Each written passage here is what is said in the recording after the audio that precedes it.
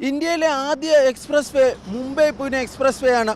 2002 Yashwant Chavan express വേ യാത്രയ്ക്കായി തുറന്നുകൊടുത്തത്. നിതിൻ ഗഡ്കരിയുടെ സംസ്ഥാനത്തെ express വേകളിലൂടെയുള്ള നമ്മുടെ യാത്ര ഇവിടെ നിന്ന് ആരംഭിക്കുകയാണ്.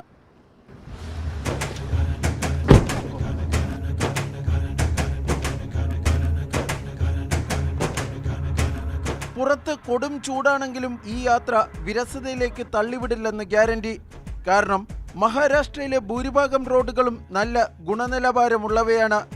മോദി സർക്കാർ അധികാരത്തിൽ വന്നതിന് ശേഷം ഏറ്റവും അധികം ദേശീയപാതകൾ നിർമ്മിച്ചിട്ടുള്ളത് മഹാരാഷ്ട്രയിലാണ്.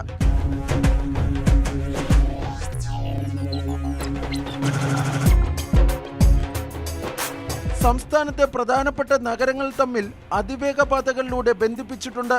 1000-ലധികം കിലോമീറ്റർ ഇതിനോടകം ഞങ്ങൾ മഹാരാഷ്ട്രയിൽ സഞ്ചരിച്ചു കഴിഞ്ഞു. ഒരു കാര്യം ഉറപ്പു പറയാം, യാത്രക്കിടെ വളവുകളോ ഗട്ടറുകളോ ഇടയ്ക്ക് ശല്യം ചെയ്യുമെന്ന പേടി വേണ്ട.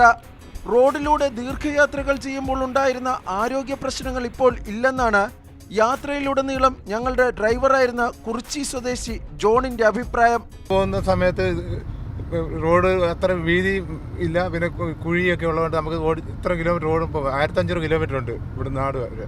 അത് ഓടിക്കുമ്പോൾ നമുക്ക് അതുപോലെ ക്ഷീണം വരും. അതിപ്പോൾ ആണെങ്കിൽ അത് ക്ഷീണമില്ല, കാരണം റോഡ് നല്ല സ്മൂത്തുമാണ്. അതുകൊണ്ട് അതിന് ഇപ്പം കുഴപ്പമില്ല.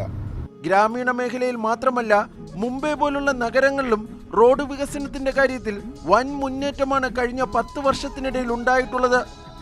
ഇന്ത്യയിലെ ഏറ്റവും ദൈർഘ്യമേറിയ കടൽപ്പാലമായ മുംബൈയിലെ അടൽ സേതുവിലൂടെയാണ് നാം ഇപ്പോൾ സഞ്ചരിച്ചു കൊണ്ടിരിക്കുന്നത്.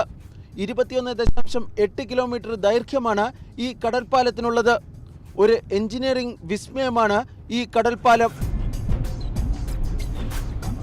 റോഡ് വികസനത്തിനു വേണ്ടി സ്ഥലമെടുത്തപ്പോൾ ഉയർന്ന നഷ്ടപരിഹാരം നൽകിയില്ല, ടോളായി കൂടിയ തുക നൽകേണ്ടി വരുന്നു എന്നൊക്കെയുള്ള വിമർശനങ്ങൾ ഉണ്ടാകാം. പക്ഷേ ഗഡ്കരിയുടെ നാട്ടിൽ റോഡുകൾ സൂപ്പറാണെന്ന കാര്യത്തിൽ ഞങ്ങൾക്ക് തർക്കമില്ല. മഹാരാഷ്ട്രയിൽ മാത്രമല്ല, രാജ്യത്തെ ഏത് സംസ്ഥാനത്ത് പോയാലും കഴിഞ്ഞ 10 വർഷത്തിനിടെ റോഡുകൾക്കുണ്ടായ ഈ വികസനം നമുക്ക് കാണാൻ വേണ്ടി കഴിയും. നരേന്ദ്രമോദി സർക്കാരിൻ്റെ കടുത്ത വിമർശകർക്ക് പോലും ഈ വസ്തുത അവഗണിക്കാനാകില്ല. നാസിക് മുംബൈ ഹൈവേയിൽ നിന്നും സ്റ്റീഫൻ മാത്യുവിനൊപ്പം ബി ബാലഗോപാൽ, മാതൃഭൂമി ന്യൂസ്.